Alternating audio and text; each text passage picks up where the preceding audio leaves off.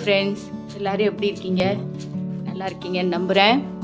நான் இன்றைக்கி செய்ய போகிறது வாழைப்பழ மஃபின்ஸ். குழந்தைங்க ஸ்கூலில் இருந்து வந்ததுக்கப்புறம் பசிக்குதுன்னு ஏதாவது கேட்டாங்கன்னா இதை நீங்கள் ரெடியாக்கி வச்சுருந்தீங்கன்னா அவங்க இஷ்டப்பட்டு சாப்பிடுவாங்க. சரி ஃப்ரெண்ட்ஸ், வீடியோக்குள்ளே போகலாமா? ஃப்ரெண்ட்ஸ், இப்போது நம்ம வாழைப்பழ மஃபின்ஸ் செய்கிறதுக்கு நான் ஒரு 4 வாழைப்பழம் எடுத்து வச்சுக்கிறேன். அதை முதல்ல இந்த பவுலில் சேர்த்துக்கலாம்.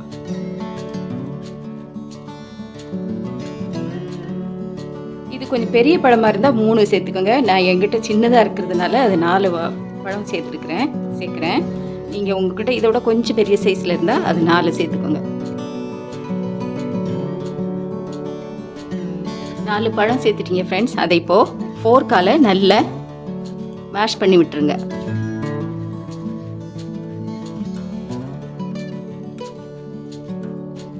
ஆக்சுவலி நான் 3 பழம் சேர்த்துக்கோங்க 4 பழம் சேர்த்துக்கோங்கன்னு சொல்கிறேன்ல, அதுக்கு பதிலாக நீங்கள் இது கூட ஞாபகம் வச்சுக்கலாம். இதை ஸ்மாஷ் பண்ணி விட்டுட்டு அந்த பல்ப் இருக்கு இல்லைங்களா, அது 1 கப்பு இருக்கணும் டோட்டலி. அதுதான் measurement.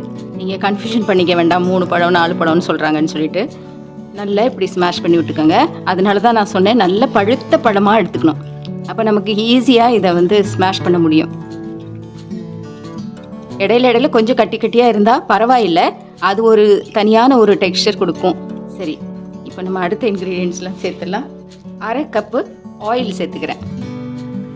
1/2 cup oil, 3/4 cup sugar, கூட 2 முட்டை சேர்த்துக்கிறேன். எப்போவுமே சொல்லியிருக்கேன் ஃப்ரெண்ட்ஸ், முட்டையை ஒரு பவுலில் அடிச்சுட்டு உடச்சி ஊற்றி பார்த்துட்டு அப்புறமா நீங்கள் எந்த டிஷ்லையும் சேருங்கன்னு சொல்லிவிட்டு இப்போ நம்ம 2 எக்கு சேர்க்குறோம். இது கூடவே ஒரு 4-5 ட்ராப்பு வனிலா எசன்ஸ் சேர்த்துக்கிறேன். இது எல்லாத்தையும் நல்லா மிக்ஸ் பண்ணிடலாம். ஒரு ஸ்பூன் வச்சோ இல்லை நல்ல விஸ்க் வச்சோ நல்லா மிக்ஸ் பண்ணுங்கள்.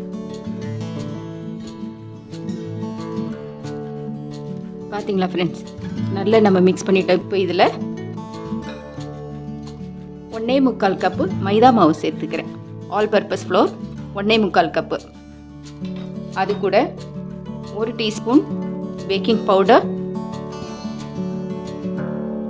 1/2 teaspoon baking soda, 1/4 teaspoon salt, உப்பு. மெஷர்மெண்ட் நல்லா ஞாபகம் வச்சுக்கோங்க ஃப்ரெண்ட்ஸ். இப்போ இதெல்லாம் நல்லா மிக்ஸ் பண்ணிடலாம். பாருங்கள் ஃப்ரெண்ட்ஸ், ரொம்ப தண்ணியாகவும் இல்லாமல் ரொம்ப திக்காகவும் இல்லாமல் இந்த கன்சிஸ்டன்சியில் இருக்கணும். நல்லா நம்ம மிக்ஸ் பண்ணியாச்சு. இப்போ இது கூட நான் கொஞ்சம் ஒரு குறைன்னு அரைச்சி வச்சுருக்கிற மாதிரி ஒரு 10 முந்திரி பருப்பு 10 பாதாம் பருப்பு எடுத்து வச்சுருக்கிறேன். அதை இதில் சேர்த்துக்கலாம். சாக்கோ சிப்ஸ் உங்கள்கிட்ட இருந்தால் அதையும் சேர்த்துக்கலாம். என்கிட்ட 1 டீஸ்பூன் இருக்குது, அதனால் அதை நான் சேர்த்துக்கிறேன். நீங்கள் டூட்டி ஃப்ரூட்டி கூட சேர்த்துக்கலாம். அது உங்கள் விருப்பம் தான், என்ன சேர்க்கணுங்கிறது உங்கள் விருப்பம் தான். எவ்வளோ ஆடட் ஃப்ளேவர் உங்களுக்கு கொடுக்க முடியுமோ அவ்வளோ கொடுத்துக்கலாம். எல்லாம் மிக்ஸ் பண்ணியாச்சு ஃப்ரெண்ட்ஸ். இப்போது இந்த மிக்ஸை அவன் ட்ரேயில், அதாவது மஃபின்ஸ் ட்ரேயில் நம்ம மஃபின்ஸோட அந்த லேயர் போட்டுட்டு இப்படி போட்டுட்டு இதில் 3/4 பாகம் நிறைக்கணும். ஃபுல்லாக நிறைச்சிடாதீங்க, ஏன்னா அது பொங்கி வரும். அப்போ நமக்கு கீழெல்லாம் கொட்டி வேஸ்ட்டாக போய்டும். அதனால் 3/4 பாகம் நிறைச்சா போதும்.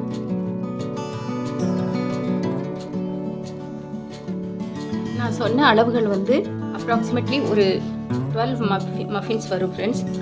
நான் இப்போ இது நிறைச்சிட்டேன். இப்போ நம்ம அவனில் வச்சிடலாம். அவனை 200 டிகிரி செல்சியஸில் ப்ரீ ஹீட் பண்ணுங்கள் 15 நிமிஷம்.